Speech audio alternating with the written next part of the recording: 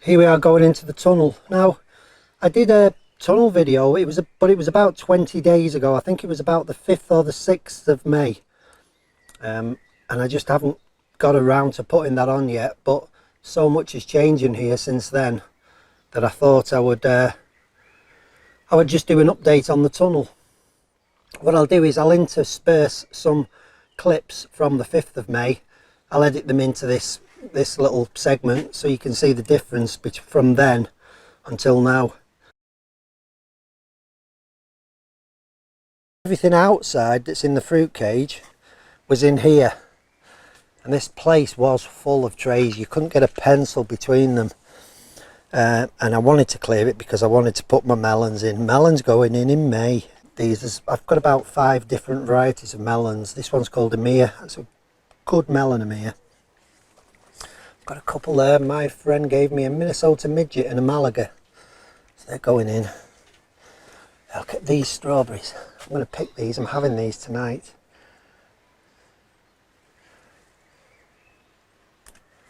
Just knock up that ND filter a bit, guys. The sun's really bright, but yeah, these strawberries are beautiful. I'm taking these tonight. I'm going to have them for my tea. These are whoppers, absolute whoppers. Look at them. Yes, they've just done so much better in these gutters, you know, just in this extra heat up here. They're really romped away. Whereas the ones on the ground, they are producing, but they're much slower. You wouldn't think it, would you? So those guys have stayed on the ground, and the ones in the gutter up here, that is the difference. Just suspending them off the floor can make. These are my yacons. This is the first time I've grown yacon, and I put these in here in about maybe the beginning of March in these buckets. I put them in smaller buckets.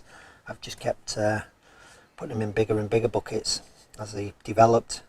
So I don't really want to put them in another bucket. I'm just waiting till them roots start showing on the bottom, and when they do, I'm just going to have to put them out. But they're very frost tender, so if they get any kind of frosty weather, you know, sort of 1 degree centigrade, they're probably going to curl up and die. There's another one here. I've got 2 smaller ones over there. There's one there and there's one there. So I've got 4 yacons to go in. There's all my tomatoes. They're spare plants. Some of these tomatoes have been grown in the tunnel, kind of 2 of every variety, and the rest of them are going outside to grow in the garden or on the plot. Got some more melons here and some cucumbers as well, but I'm kind of waiting for all these lettuce. I'm going to start cutting these lettuce, as I say, because these are all starting to bolt now, so I'm just going to have to cut them and take them away. I have got some peppers in, some pepper plants. These little fellas here are the 4 cucumbers, and then we go with the melons. Hales jumbo there. Aubergines, I've put some aubergines in there. Some rocket. It's all going to seed, the rocket. It's just too hot in here for it. It's the temperature today at the moment, 34 degrees. It's a bit deceptive, that, because the sun is right on the thermometer, so you know, it's just burning the face of the thermometer. It's not actually that hot in here. These carrots have done really good. I think, when did I sow these carrots? What does that say? 28th of December I sowed them for them little carrots in there. They are happy carrots. God, wouldn't you know, that's the first one I have pulled. It's got a fork on it. Wow, but they are so good. They are really good. Look at me. Fair few carrots off them now. Been getting collies now for 3 weeks. They're just coming ready. Thank you very much, because I want them out. I want them out. Let's try not to get this mic scratching on these leaves. This is a good idea. Break one of your leaves off and put it on the head of your, put it over the head of your collie, because it stops your cauliflower, so the head sort of breaking up and shooting off to seed. So that's ready for, actually it's ready for cutting, that one. But it's been good because The timing has been really good on these because I've just been able to pull one cauliflower every week, sort of thing. So yeah, it's been good. They're all just starting to come now. There's another one there, let's see, a little bit smaller, so he's probably going to be about a week behind the other one. Then when I've got these cauliflowers here out, I can get my tomatoes down that side. If I've already taken these collies and broccoli out. This is the day after I did my little plot tour video, and I'm just going to have to harvest one of these collies. I'll show you for why. It's just, there's actually two ready, so they're coming really fast now. I'm pleased in a way because it means I can get the rest of my peppers out now. Well, there's a collie. I don't pull the roots out, I leave the roots in, so I just cut the stem.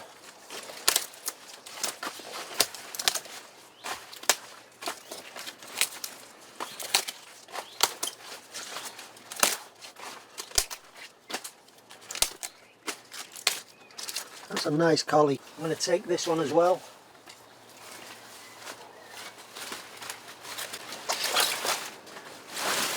That was like a tree, that one.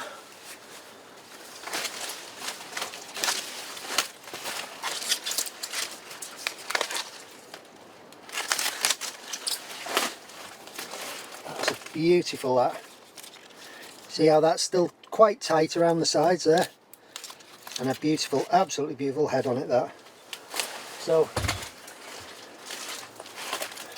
there's just two really nice collies there. Can't leave them any longer. I've got 3 left, so hopefully next week I'll be able to cut them 3 out. But what it does mean now, I can get a couple more peppers in here and 1 more tomato where the cauliflower used to live. And peppers. Look at this little pepper guy. Look at the size of that. It's absolutely brilliant, isn't it? I really don't know. I should pull it off really because the plant's not very tall, but I just don't want to separate him from his parent or her parent. I've got some basil or basil here, which is going to be planted between the tomatoes, because basil and tomatoes just love living together. They love being together, and they taste even better together.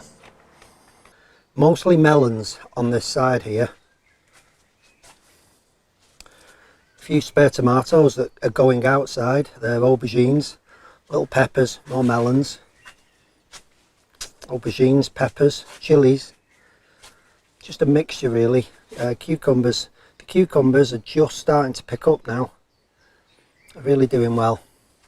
My little vine there, he's just starting to pick up, but I don't think it's all to do with the coil though. I think it's just that time of year and the weather. More tomatoes in here, a mixture of varieties here. Indigo Rose, Brandy Boy, Shirley, Rose Crushes. We've got honeycombs, honey delights. Have you seen the size of these peppers? They are amazing. I maybe showed these peppers on the last video, but they're doing really well. It's a little tiny pepper there with 2 giant peppers on it. There's another nice one there. These are actually Pointel peppers, the long red ones. Aubergines there just coming into flower as well. I've just been, these are my Greek Gigantis Lima beans or butter beans. I bought a pack which I sowed and I only got sort of 5 out of 20. The germination was awful. I think they were just bad seed. So I've bought another 20 off a different supplier and I've just sort of sown them this morning. The strawberries are virtually done now. They're still producing a few small fruits. Oh, they're absolutely beautiful.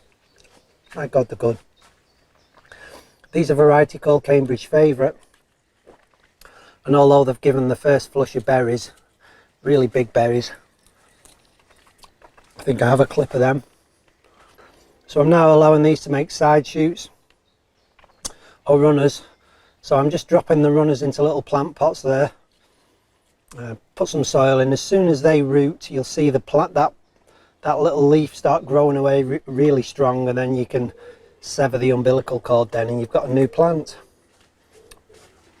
It's easy, very easy to propagate strawberries.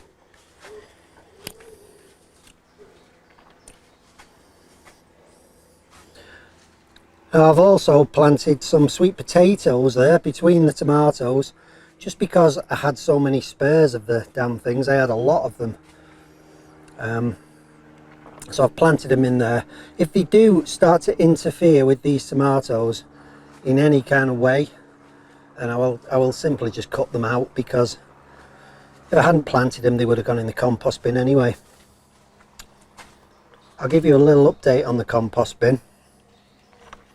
Now, someone had asked me about the spray I use to keep the black fly, green fly, aphids and all kind of pests off my beans and away from my carrots when I'm sort of thinning them out and weeding them. And it's basically a garlic spray, a garlic and chilli spray, sorry. To make the spray, I took 2 bulbs of garlic, so probably 6 or 7 cloves in each bulb. I broke them up, took all the hard stuff off, the dry stuff, so there's literally just the cloves. And then I went to the supermarket and I got some chilies. I think they were bonnet, something bonnet. What were they? Scotch bonnet, I think, chilies. Quite a hot chili. I cut them up slightly. I put everything in the blender and I kind of minced it all with about a half cup of water. I then put that in a pan, or that mixture into a pan with about 1 litre of water. Put that on the gas stove and simmered it for probably 30 minutes on a very low heat, and that kind of extracts more of the oils and things out of the garlic and out of the chilies. I then strain that through a muslin cloth and put it into the sprayer, and it is heavy stuff. It's really potent, it really is. It's not harmed the plants in any way, but as I said in the last video, if it hits a green fly, black fly or aphid, they literally fall to the ground. They do not like it. And since spraying, I spray my broad beans about every week, just give them a light dusting on the top. And the black fly, green fly, I haven't bothered them at all as yet. There's nothing on them, they're clean as a whistle.